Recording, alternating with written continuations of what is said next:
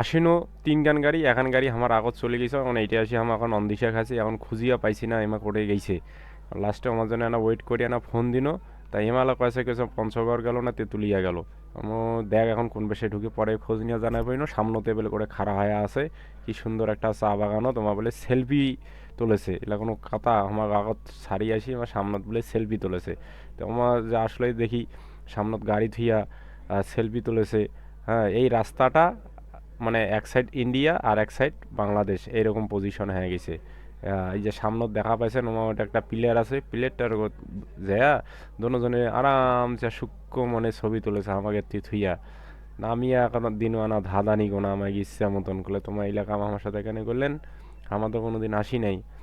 আমি একেবারে হাসতে হাসতে বাসে না মানে কতদিন থাকি যে হাসে নাই হাসার এক স্টাইলটাই আমাদের আল্লাহ। হ্যাঁ এগুলা নায়ক সালমান খান আর নায়ক শাকিব খান একটে হয়া এগুলো অন্যরকম ছবি তুললে যাই হোক জায়গাগুলো খুবই ভালো লাগিল খুবই সুন্দর জায়গা।